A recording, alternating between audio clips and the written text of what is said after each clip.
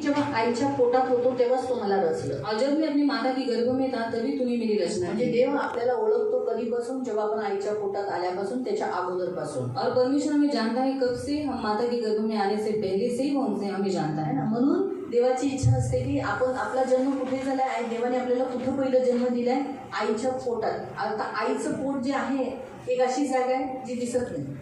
और सबसे पहला परमेश्वर ने हमें कहाँ पर जन्म दिया है, माता की गर्भ में। और माता का गर्भ ऐसा होता है जो दिखाई नहीं देता, ते दिसत नाही। त्याच्यात जसं समुपदेशक मध्ये लिहिलेलं आहे ना, उपदेशक मध्ये की हवा चालते दिसत नाही पण हवा काम करते, तसंच बाईच्या पोटामध्ये हाडं वाढतात, अंग वाढतं, पण ते लोकांना दिसत नाही, पण ते झाल्यानंतर देवाचं काम दिसतं। और सर्वोपदेशक में दिया गया है कि हवा यहाँ से आती वहाँ को जाती वो पता नहीं चलती। तो वैसे गर्भवती स्त्री के गर्भ में बच्चा कैसे पड़ता है, हड्डियाँ कैसे आती है वो मालूम नहीं पड़ती। तो वैसे ही परमेश्वर के काम में हमें मालूम नहीं पण पड़ता। सांगण्याचा उद्देश तोच आहे, और बताने का उद्देश्य वही है, आपल्याला जेव्हा आईच्या पोटातच असताना, प्रत्येक मूल जेव्हा आईच्या पोटातच असताना आणि आपण ख्रिस्ती समुदायाचे असताना आपल्याला त्याच वेळेला त्या बाळाला प्रार्थना करून देवाच्या हातात देणं गरजेचं और आहे। हर एक बच्चा जब माता के गर्भ में होता है तभी उसे प्रार्थना करके परमेश्वर के हाथों में सौंपना जरूरी होता कारण है, ते बाळ देवाचं आहे क्योंकि वो बच्चा परमेश्वर का आणि है। शैतानाची बिलकुल इच्छा नाही की कोणता नवीन आदम इथे जगात यावा, और शैतान की बिल्कुल इच्छा नहीं है कि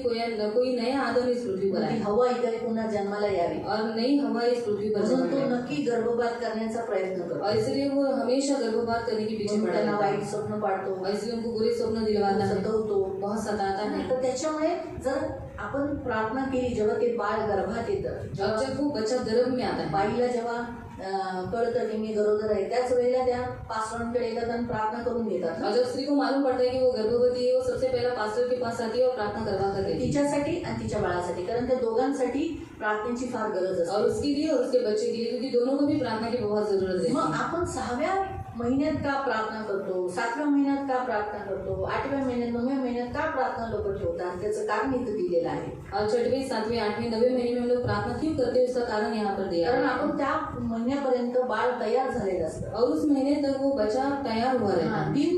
16 वर्ष मी गर्भात पिंड रूपाने असताना तुझ्या नेत्रांनी मला पाहिले, आणि माझा एकही दिवस उगवण्यापूर्वी ते सर्व तुझ्या वहीत नमूद करून ठेवले ते होते। सर्व त्याच्या बाबतीत वहीत लिहिलं जातं। और सब कुछ उसके बारे में बुक में लिखा जाता है। मग हे देवा, मला तुझे संकल्प किती मौल्यवान वाटतात। म्हणून देवाची जी योजना त्या बाळासाठी आहे ते चांगल्या असाव्या आणि अनमोल आहेत, म्हणून आपण त्याला देवाच्याच हातात देणं गरजेचं आहे। आणि डिलिव्हरीच्या वेळेला त्या बाईला कसला त्रास होऊ नये म्हणून आपण ह्या प्रार्थना ठेवली जाते। और वो बच्चे का भविष्य जो परमेश्वर ने उसके लिए रखा है, वो जो उज्जवल भविष्य है या फिर जो कुछ योजना परमेश्वर ने उसके लिए बनाई है वो उसके जीवन में पूरी हो, और स्त्री को डिलीवरी के समय पर कोई तकलीफ न हो, इसलिए दोनों के लिए प्रार्थना करना जरूरी होता है। ह्या वेळेच्या ज्या प्रार्थना आपण मिळून करतो ना, तर तिची मानसिकता चांगली होते आणि ती डिलिव्हरी करण्यासाठी तयार होऊन जाते, तिच्यातली भीती निघून जाते। और इस समय जब हम उनके लिए प्रार्थना करते हैं तो डिलीवरी के समय की डिलीवरी करने के लिए उसका मन जो है वो तैयार हो जाता है, और बच्चे के लिए भी वो अच्छा रहता है। तिच्या मनात वेगळे वेगळे विचार येत नाही, तिला फक्त एवढंच आठवतं, माझी प्रार्थना झालेली आहे मंडळीकडून, माझी डिलिव्हरी चांगली झाली, माझं बाळ चांगलं झालं। और उसके मन में अलग अलग सोच विचार नहीं आते, क्योंकि उसको पता है कि मेरी प्रार्थना सिय्योन कलीसिया में हो चुकी है, तो मेरी डिलीवरी अच्छी है, माझ्याला सगळं चांगलंच होणार आहे, और मेरा बाळ भी सब कुछ अच्छा ही जिवंत होगा, राहणार, मैं भी जिंदा रहूंगी, माझं बाळ मेरा बच्चा भी जिंदा रहेगा, आम्ही दोघंही और आनंदात, हम दोनों भी खुशी से रहेंगे, मला जास्त त्रास होणार, और मुझे ज्यादा तकलीफ नहीं होगी। हे सतत ह्या प्रार्थनेने त्या बाईला काय होतं, ह्या होतं, हा थँक्यू, उत्साह भेटतो तिला, हिंमत भेटते, ताकद भेटते, पॉझिटिव्ह विचार येतो तिला, त्यासाठी तिला मदत भेटते, तिला मदत भेटते। और इस प्रार्थना के द्वारा उसको हिम्मत मिलती है, ताकत मिलती है, उसको मदद मिलती है। म्हणून ही प्रार्थना करणं गरजेचं तो आहे। इसलिए ये प्रार्थना करना जरूरी होता है। तर म्हणून 6व्या महिन्यात 7व्या महिन्यात बाळा काय केलं जातं, प्रार्थना केली जाते। और इसलिए 6वें या फिर 7वें महीने में प्रार्थना रखी जाती है। आज प्रणालीच्या 7वा महिना लागलेला और आहे, आज प्रणाली को 7वां महीना आ आज चुका है, नाही लागून चुकलं आहे, आता तिला 8वा लागेल ना, और अभी उसको 8वां लगेगा। म्हणून आपण तिच्यासाठी प्रार्थना हम करायला, उसके लिए प्रार्थना करने वाले तिच्या हैं, मिस्टरांसाठी प्रार्थना उसके करायला, पति के लिए प्रार्थना करने वाले त्या हैं, कुटुंबाला देवाने आशीर्वाद उस द्यावा, कुटुंब को परमेश्वर आशीष दे, डिलिव्हरी नॉर्मल उसकी व्हावी, डिलीवरी नॉर्मल हो, मूल आणि आई चांगली राहावी, बच्चे और वो माँ दोनों भी सुरक्षित त्याचे रहे, घर देवाने बसवावं, और उसका घर परमेश्वर बसाए। है ना, कारण फक्त बायको झाली घर थोडी बसलेले आहे, मुलाने घर बसतं. और बच्चों के द्वारा घर बसाया जाता है. तर मग जेव्हा ती बाळाला जन्म देईल तेव्हा कुठं ह्याचं घर बसलं, तिचं घर बसलं गेलं असं म्हणता येईल ना. साम 113 मध्ये काय लिहिले की वो बांझ स्त्री को आनंदी माता बनाकर उसका घर बसाता है. म्हणजे फक्त पुरुषाचं घर नाही बसत, बाईचं पण तर घर बसतं ना. असे पुरुष का घर नाही बसता पण स्त्री का भी घर बसता है. तर त्याच्यामुळे मग ह्याच्यामुळे काय होईल, त्या दोघांचं घर बसेल आणि बाळ एक घरात आल्याने एक वेगळंच वातावरण होतं. और एक बच्चा घर में आने के कारण एक अलग वातावरण हो जाता है. घराची पुरुष एक वेगळा पुरुष होऊन जातो. और पुरुष एक अलग पुरुष बन जाता त्याला है. 4 माणसांमध्ये असं नाही विचारणार तू एवढे किती पैसे खिशात. और 4 लोगों के बीच में उनको ऐसा नहीं पूछा जाएगा कि कितना पैसा है किसी में. त्याला 4 माणसांमध्ये त्याचे मित्र, त्याची मित्रमंडळी किंवा त्याचे शत्रू चौकात विचारतील किती पोरं आहेत रे तुला. और 4 लोगों के बीच में जब वो बैठेंगे या फिर उसके शत्रु जब उनको पूछेंगे तो ये पूछेंगे कि कितने बच्चे हैं तर तुम्हें. त्याला असं लाजन नाही म्हणून तो उनको शर्म नहीं आएगी. तो काय म्हणे, वो क्या बोलेंगे, अरे मला एक पोरगा एक पोरगी आहे, अब मुझे एक लड़का एक लड़की है. मर्दा आहे रे मर्द, असं बोलले जाते ना. त्याची वाहवा केली जाईल. और उसकी प्रशंसा की जाएगी. ना शत्रूला काय होईल, लज्जित होईल. और शत्रु लज्जित हो जाएंगे. शत्रूला लाज वाटेल, शत्रु को शर्म आएगी. अरे मी तर याची टेर खेचून पण याला तर पोरं घरी. और मैं तो इसकी टांग खींच रहा था पर इसको 2 बच्चे हो गए. तर हे शत्रूच्या समोर काय होतं, पुरुषाला एक मान ताट करण्याचा एक अभिमान देऊ देतो. और शत्रु के सामने सिर ऊंचा करने के लिए परमेश्वर एक मान सम्मान बच्चों के द्वारा असं देता नका है. विचार करू की मुलगा झाला तरच मान ताट आहे. और ऐसा मत सोचो बच्चा होने के कारण ही जो गर्दन है वो ऊंची हो जाती है. अरे मला 3 पोरी झाल्या, काय झालं 3 पोरी काहींना तर पोरी पण नसतात. और कुछ लोगों को तो लड़कियां भी नहीं देते. आणि पोरापेक्षा तर मुलगीच चांगली असते. और लड़कों से भी ज्यादा लड़की अच्छी रहती है. हे नेहमी लक्षात ठेवा. हे असं विषय नका आहे. समजू की आपल्याला पोरगा नाही तर अरे आपले गेले.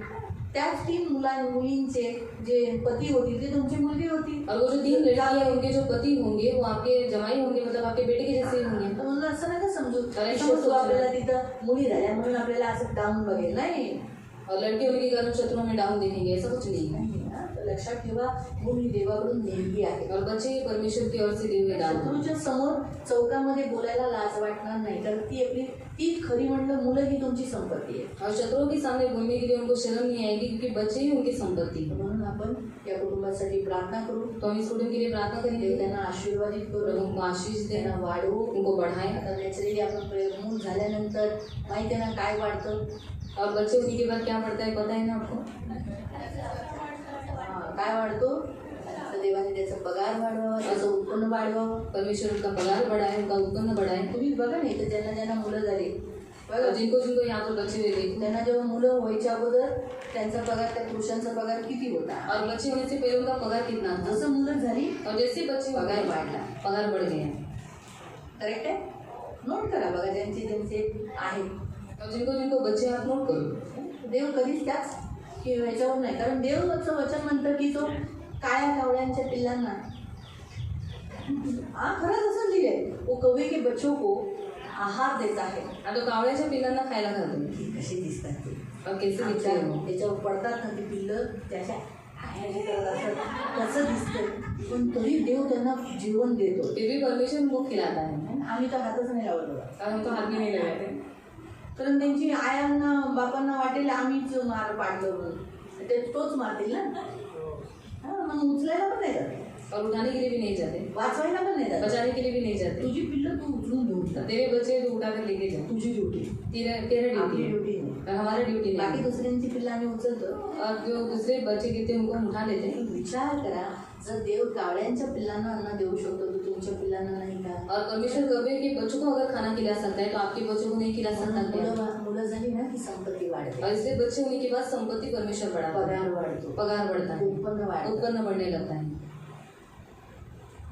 हा एक देवाचा गुण आहे. और ये परमेश्वर का एक गुण है. देव वाढवतो, ये परमेश्वर बढ़ाता है. हालेलुया. हालेलुया. करूया आपण त्यांना मंडळी मिळून प्रार्थना. तो कलीसिया मिलकर उनके लिए प्रार्थना करेंगे. या, दोघं पुढे या.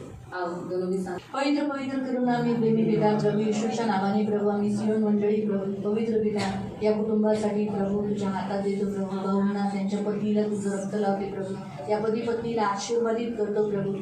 पवित्र पिता तू यांना जोडले, त्याला कोणच वेगळं करू शकत नाही, म्हणून मी तुझं सर्व सामर्थ्य करतो आज येशू ख्रिस्ताच्या नावाने या पती पत्नीवर हातावर लावून आज या वेदीवर प्रभू त्यांना आशीर्वादित करते आणि प्रभू या पूर्ण जगामध्ये मंडळीमध्ये डिक्लेअर करते की प्रणालीचे मिस्टर हे आहेत आणि प्रभू भाऊंची म्हणजे किरण भाऊंची प्रभू पत्नी प्रणाली आहे. या कुटुंबाला आशीर्वादित करते आणि प्रभू तू जसं त्यांना पवित्र पिता आशीर्वादित केले गर्भामध्ये बाळ देऊन प्रणालीच्या द्वारे प्रभू हे कुटुंब बसवलं. त्यांना खूप खूप बरकत दे प्रभू. तुझी कृपा दया मागते प्रणालीसाठी. एवढी मोठी दया तू तिच्यावर केली प्रभू. मी तुझे खूप आभार मानते. तुझं रक्त तिच्यावर लावते प्रभू. तिची कूस पवित्र पिता भरली प्रभू. तर प्रभू पवित्र पिता डिलिव्हरी पण तूच कर, नॉर्मल कर, कसलाही त्रास होऊन देऊ नको, सिझरला जाऊन देऊ नको प्रभू. त्यासाठी गर्भात पाणी रक्त चांगलं राहून दे, कसली अडचणी येऊन देऊ नको. तिला डोळ्याच्या बबळाप्रमाणे संभाळ. तिला बाळाला जन्म देण्यासाठी शक्ती दे, तिला सामर्थ्य दे. कारण हवा अशीच म्हणाली की मी देवाच्या सहायतेने बाळाला जन्म दिला. त्यामुळे तुझी गरज आहे प्रभू, तिला खूप गरज आहे आणि आतापासून तो जास्त. तिच्या मनावर कसले हमले होऊन देऊ नको, शैतानाचा कोणताही हमला होऊन देऊ नको. तिला एकही वाईट स्वप्न कधी पडून देऊ नको प्रभू. पवित्र पिता या कुटुंबाचा देव तू आहे प्रभू. त्यांना आशीर्वाद दे प्रभू आणि लागण्याची सगळी गरज तू पूर्ण करतो. धन्यवाद देते पिता. प्रभू राऊत कुटुंबामध्ये संख्या वाढवतोयस प्रभू. त्यामुळे पवित्र पिता राऊत कुटुंबामध्ये एक लहान बाळ येत आहे प्रभू. त्यामुळे ती प्रभू कुवत प्रभू तू या कुटुंबाला दिलीस प्रभू. त्यामुळे माझ्या पवित्र पिता या कुटुंबावर असलेले राऊत कुटुंबावर असलेले सर्व श्राप मी तोडते.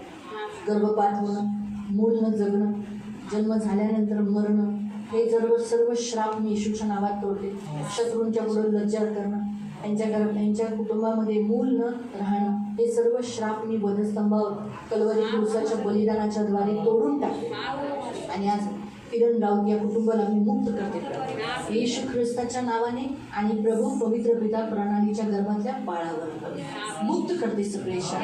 कारण येशू यांच्यासाठी श्रापित झाला की येशूचा आशीर्वाद या कुटुंबाला मिळाला. तर प्रभू हे कुटुंब आशीर्वादित आहे. पवित्र पिता हे भाऊ येशूचे, त्यांच्यावर पिता पुत्र पवित्र आत्म्याचा अधिकार घोषित कर. त्यामुळे माझ्या पवित्र पिता या प्रणालीमुळे प्रभू पवित्र पिता हे आशीर्वादित आणि निवडलेले आहे. कारण तुझं वचन करंजीकरांमध्ये असंच लिहिलं आहे की पत्नी हे स्त्री तुझ्यामुळे तुझा नवरा प्रभू येशू ख्रिस्तामध्ये पवित्र आहे. पवित्र पिता हे पवित्र आहेत प्रभू. हे कुटुंब पवित्र आहे, तर गर्भाचं बाळही सुद्धा पवित्र आहे. म्हणून तुझं सर्व सामर्थ्य रक्त येशूच्या नावाने या गर्भाला लावते प्रभू. ताणाऱ्या गोड पवित्र प्रभू या बाळाला लावते आणि हे बाळाचे मुवमेंट्स हमेशा चांगले हो आणि वेळ जवळ आल्यानंतर ते बाळाचं डोकं खाली होतं. माझी प्रार्थना आहे प्रभू. प्रसव पीडा होणे अगोदर तिने एका सुंदर बाळाला जन्म दिला आणि घोषित करते तिने प्रभू. आज प्रभू किरणने जसं आपल्या पत्नीचा हात आपल्या हातात पकडलाय, तो सुद्धा दोन हाताने प्रभू पुढं येणारं बाळ आणि प्रभू ही सर्व जिम्मेदारी त्यांनी उचलली.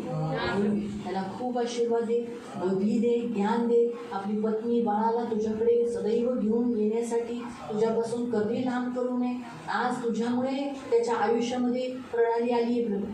त्यामुळे माझ्या पवित्र पिता कधी आपल्या लाईफपासून प्रणालीला कधी दूर करू नये, बाळाला कधी दूर करू नये. हे कुटुंब बनवून राहण्यासाठी प्रार्थना करते. त्याला बुद्धी दे, त्याचं उत्पन्न वाढव, त्याला आशीर्वाद कर. ही आमची प्रार्थना. आम्ही मंडळी मिळून आमचे हात उभारून प्रभु त्यांना आशीर्वाद देतो. ये फूले फले फलवंत हो जाए, बहुमूल्य हो जाए, संख्या में बढ़ जाए, पृथ्वी के अधिकारी हो जाए. जो इन्हें कोसेगा वो आपको सजाएंगे, जो इन्हें आशीष देगा वो आशीष देगा. धन्यवाद देते. परमेश्वर का मुख प्रकाश हमेशा तुझ पर चमकता रहे. परमेश्वर तुझे आशीष दे और परमेश्वर तेरे आने जाने में अब से लेकर सदा तक तुझे रक्षा करे. जो कुछ तेरे पास है परमेश्वर तुझे बड़ा है. धन्यवाद देते. इस कुटुंब के चारों बाजू में दूतों का पहरा और आपके अग्नि का लहू का बाड़ा यीशु के नाम से.